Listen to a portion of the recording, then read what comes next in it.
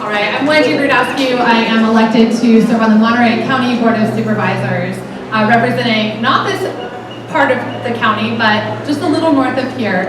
And I wanted to start, today is officially a day without us. And if you haven't heard of that, it's a day to honor the work that Black women do in our country.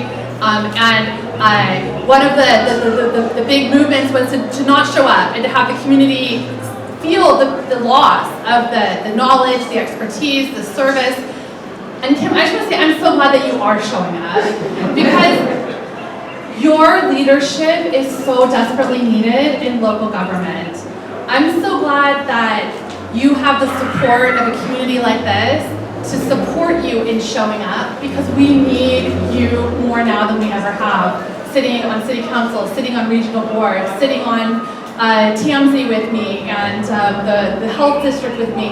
We need the voices, we need the experience, we need the lived experience, we need the perspectives that represent everyone in our community. We need Kim around our decision-making tables. Otherwise, the decisions that we're making are being made without those lived experiences, without that expertise, contributing to better policy.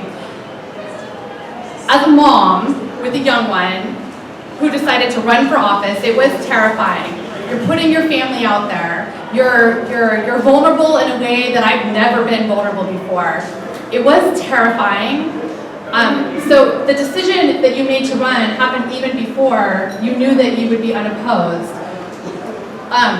But you had to commit to being willing to go through all of that. And for city council, we're talking about a volunteer position. Kim does not personally benefit from this role that she's doing to serve her community. She's doing it because she knows that her community has issues and needs that need to be represented. She's doing it because she knows that real working families in our community are not having their voices represented, not just around the Monterey City Council, but around every one of these other boards and commissions that city council representatives are appointed to sit on. So as a mom, thank you. I need you. I need moms everywhere to run for office and sit on city councils and school boards. Because otherwise our lived experience is not represented in policy. And we know that policy is where real change happens.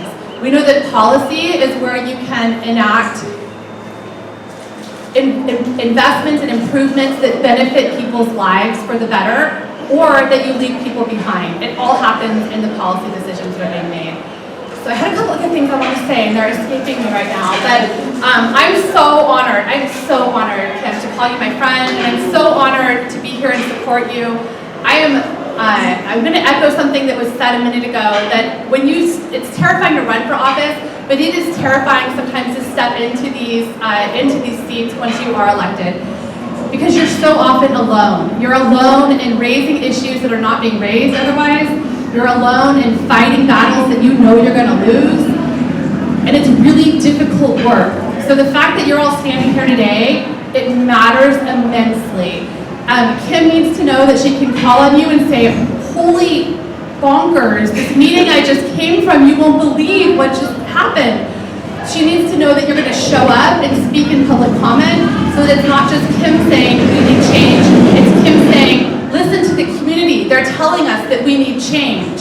She, in order to be effective, in order to really fundamentally move the needle, the power lies in you all, and we as elected officials get to raise your voices and use those to leverage change. So I just want to say thank you for being here. Keep spreading the good word about Dr. Barber, and keep showing up because it matters. Kim, thank you for running, and like I said before, I'm so glad that this is a day with Kim and that you're here to represent our